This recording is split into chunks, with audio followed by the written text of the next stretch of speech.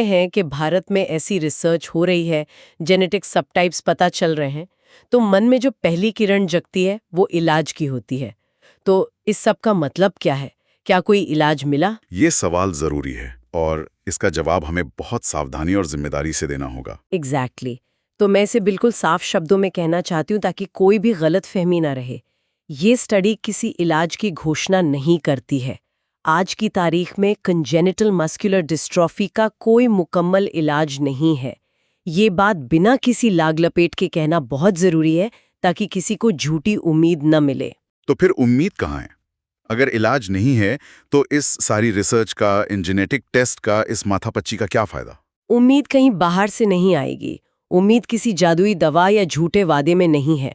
उम्मीद इसी रिसर्च के अंदर, इसी मेहनत के अंदर छिपी हुई है। इसको थोड़ा और समझते हैं। वो कौन सी ठोस वजह हैं जिन्हें हम उम्मीद कह सकते हैं? मेरे हिसाब से पहली और सबसे बड़ी वजह तो यही है कि भारत में अब जेनेटिक डायग्नोसिस मुमकिन हो रहा है। जो चीज़ कुछ साल पहले नामुमकिन लगती थी, वो अब हकीकत बन रही है। हाँ, और दूसरी वजह यह है कि डॉक्टर अब सिर्फ मस्कुलर डिस्ट्रोफी का ठप्पा लगाकर नहीं रोक रहे हैं। वो उस जेनेटिक पहेली को सुलझाकर ये बता पा रहे हैं कि ये COL6 है या लामा 2। और तीसरी, जो शायद इन सबसे ज्यादा जरूरी है, वो ये कि अब भारतीय मरीजों का डेटा, उनकी जानकारी सिस्टमैटिकली रिकॉर्ड की जा रही है। पर ये डेटा रिकॉर्ड करने से क्या होगा? एक फाइल में कुछ और कागज जुड़ जाएंगे बस? ये इलाज के करीब कैसे ले जाता है? ये बहुत अच्छा सवाल है। सोचिए, डेटा ईंट की तरह है। एक ईंट से कुछ नहीं होता, पर जब आप हजारों ईंटें सही तरीके से जमा करते हैं तो एक मजबूत इमारत की नींव बनती है। ये डेटा भविष्य के इलाज की इमारत की नींव है। एक पल के लिए सोचिए, एक परिवार को बताया जाता है कि उनके बच्चे को CMD है। अंधेरा छा जाता है। फिर महीनों बाद एक जेनेटिक रिपोर्ट आती है जो कहती है कि ये लामा 2 CMD है। अंधेरा अभी भी है, लेकिन अब उनके हाथ में एक टॉर्च है। उन्हें पता है कि अंधेरे में किस दिशा में देखना है, किस तरह की फिजियोथेरेपी काम करेगी, दिल और फेफड़ों पर कैसा असर हो सकता है। यही है सटीक डायग्नोसिस की ताकत।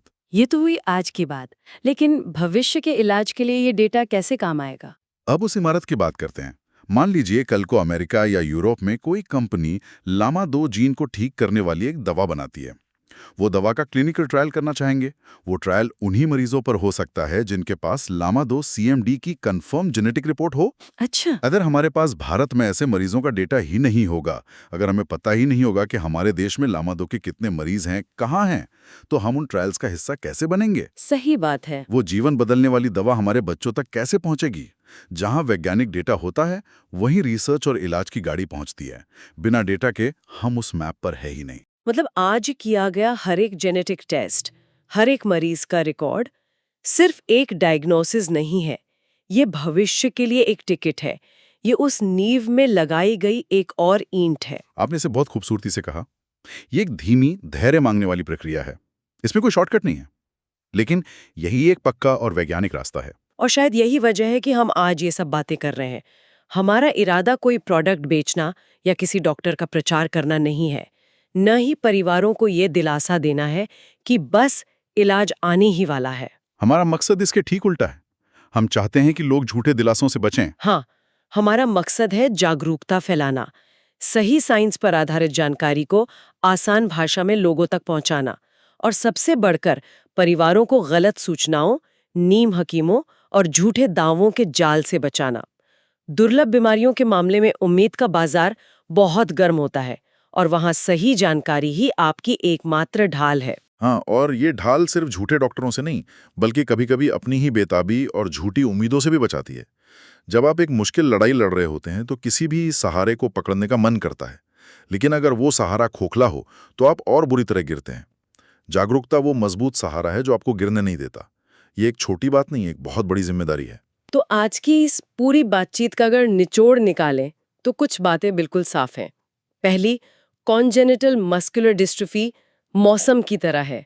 ये कोई एक बीमारी नहीं बल्कि कई अलग-अलग जेनेटिक हालात का एक समूह है।